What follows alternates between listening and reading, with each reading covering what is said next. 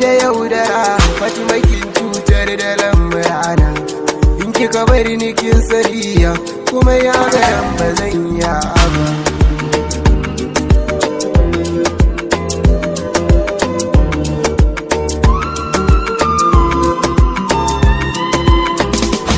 Shi lamari na duniya, Fatima komai a hankali ake bi. In har na yi kuskure ya ke ce ke nuna inda zan bi. Kar da ki dau zugar mutane, tsayar da hankali ki dubi. Kin san da ni da ke masoya ne, waɗansu na kira amine. Faɗa da ni da ke bayawa ne, masu son su ga kazance ne. Waɗansu na farin cikin rayuwa, ko kuma na baƙin ciki. Abinda na yi ya ɓata ranki, ki gaya mini zan biya miki. Idan da wacce rai yake so, wallahi a zuciya ke ce na yi duba. Idan da wacce zuciya ke marai, ke ce na zabu mai kyan haiwa. Idan da wacce so yake mini kawa, ki zama tubalin duba. Abinda zuciyar kike burin ta yi to gaskiya fa shirme ne. Sai ki tuna da ni da ke duk jama'a sun san fa'i masoya ne.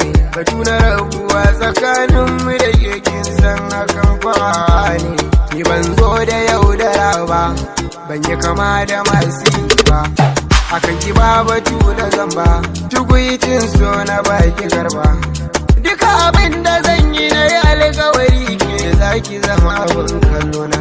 Idan da ke a gefe na, ƙaryar wata ya ta san wurin kwanana. Abin da zan faɗa shi ne, numburi na zuciyata ne.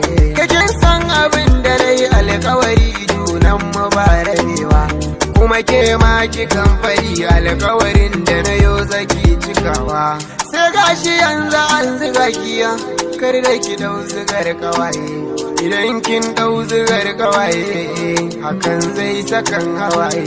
Ki duba Allah ki tausaya, ni da ke mu zamo mazan jiya. Tunani kawai nake kansa na zauna tun daren jiya. Sai mu zaman na tsintsiya, kada a gan mu mun rabewa. Komai da ke nake ginawa, kin zama majingina abin kallona. In ba bike a rayuwata, bakin ciki zai zama abin dubana. Yarda da ni Fatima kan san kikin ga zautuwa nake.